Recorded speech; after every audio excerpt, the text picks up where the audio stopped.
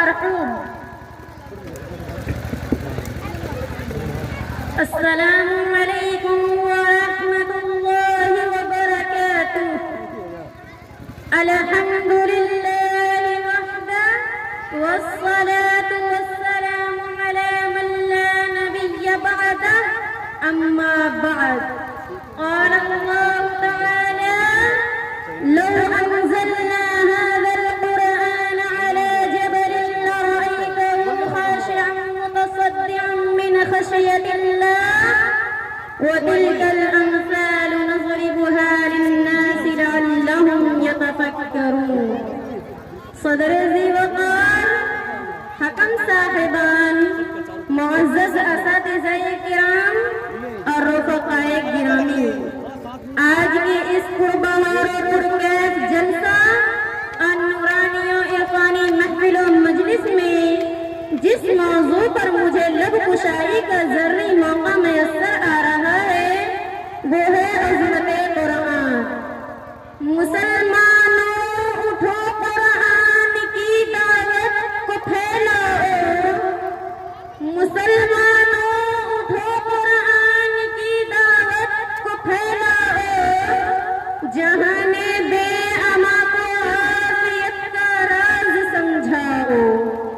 زمانہ آج بھی قرآن ہی سے فیض پائے گا. زمانہ آج بھی قرآن ہی سے فیض پائے گا. مٹے گی ظلمت شب اور سورج جگمگائے گا.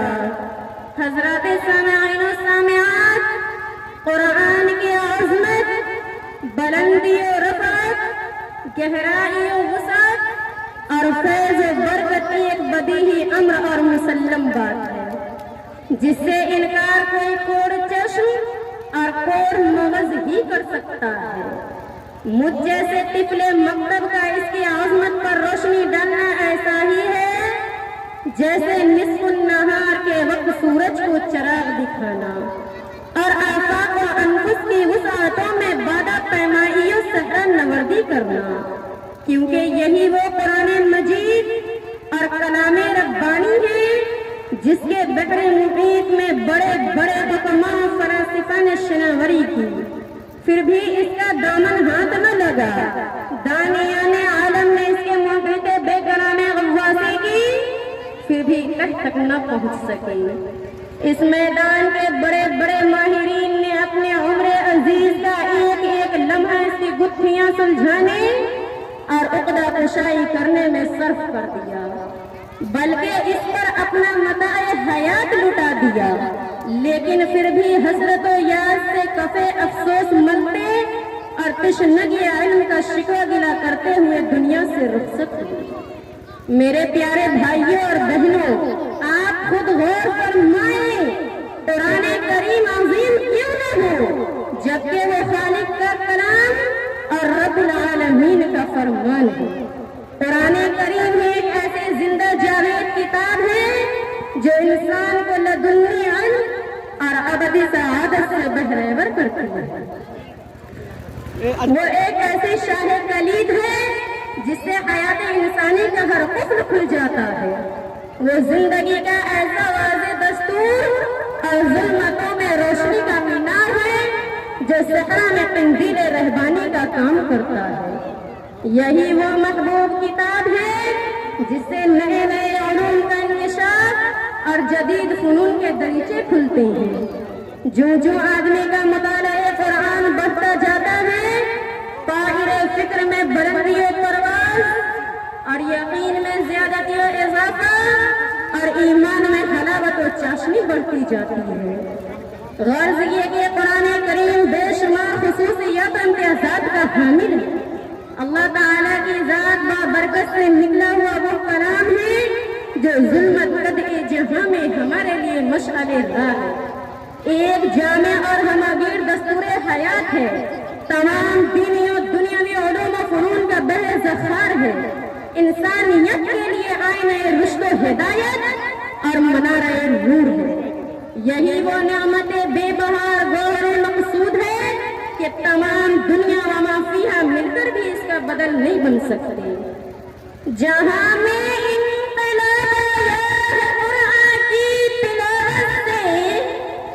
جہاں میں انقلاب آیا ہے قرآن کی تلاوت سے، منور ہے جہاں قرآن کے نور و صداقت سے۔ حاضرین و حاضرات، جلسہ خدا قرآن کریم کی عظمت و بزرگی کا اندازہ اس سے لگائیں کہ جب اسے آکاش و دھرتی اور دشت و جبل پر پیش کیا گیا تو سب نے مارے ڈر کے اس کی ذمہ داری اٹھانے سے قبول کر دیا اور مارے خوف کے سہم گئے، بلکہ اس کی ہیبت سے راضی ہو گئے۔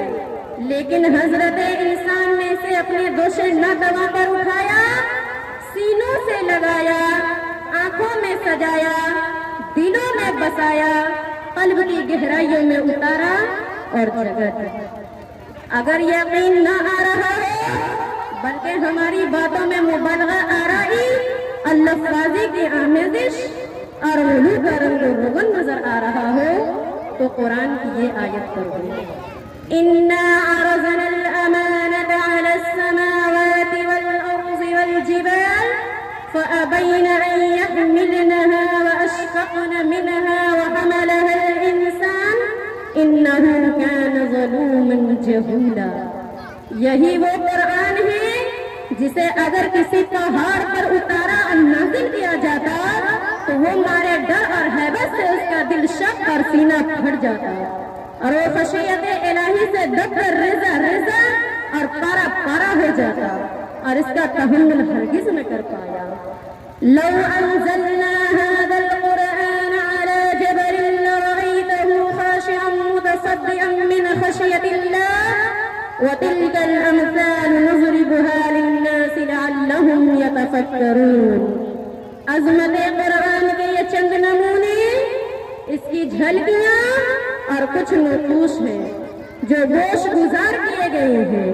اس کی عظمت و بزرگی، فضیلت و رفعت کے لیے اتنا ہی جان لینا کافی ہے کہ وہ خداوند عالم خالق لوح و قلم کا کلام ہے جو لوح محفوظ سے آسمانی دنیا پر نازل ہوا۔ اس کی فصاحت و بلاغت تمام عرب نے مان لی ہے۔ بڑے بڑے مدعیان فصاحت و بلاغت 17 سال کی کوششوں کاوشوں کے باوجود اس کے مثل 2-3 فقرے بھی نہ بنا سکے۔ برسر مجمع اعلان کیا گیا، جوش دلانے والے خطباء مقررین سے کہا گیا، بلکہ انہیں چیلنج کیا گیا کہ اگر تمہیں اس کے کلام خدا ہونے میں شک ہے اور اسے کلام بشر سمجھتے ہو تو چھوٹی سے چھوٹی آیت یا سورت پیش کر دو۔ لیکن کوئی ماہی کا لال اس کی ہمت و جرأت نہ کر سکا۔ جس نے جسارت دکھائی اس کو منہ کی کھانی پڑی۔ آخر کیا بات تھی کہ قوم جن نے جب اس کلام معجزے نظام کو سنا تو بے سخت پکار اٹھی، اِنَّا سَمِعْنَا قُرْآنًا عَجَبًا يَهْدِي إِلَى الرُّشْدِ فَآمَنَّا بِهِ وَلَن نُّشْرِكَ بِرَبِّنَا أَحَدًا۔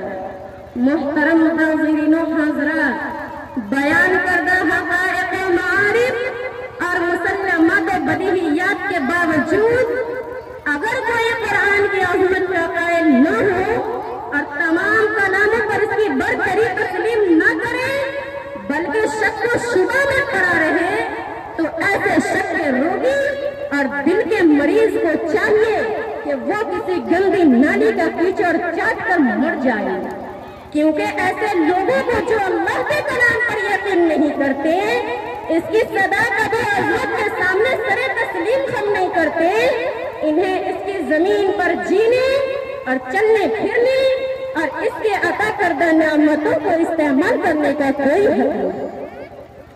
میرے اسلامی بھائیوں اور بہنوں، عظمت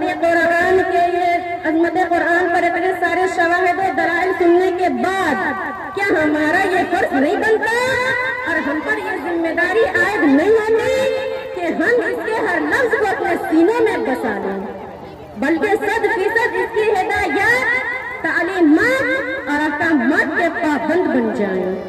وقت کی تنگی و قلت کی وجہ سے میں اپنی تقریر اس شعر پر ختم کرتی ہوں۔ شعلوں میں جو جلتا ہے، کانٹوں میں جو کھلتا ہے، شعلوں میں جو پلتا ہے، کانٹوں میں جو کھلتا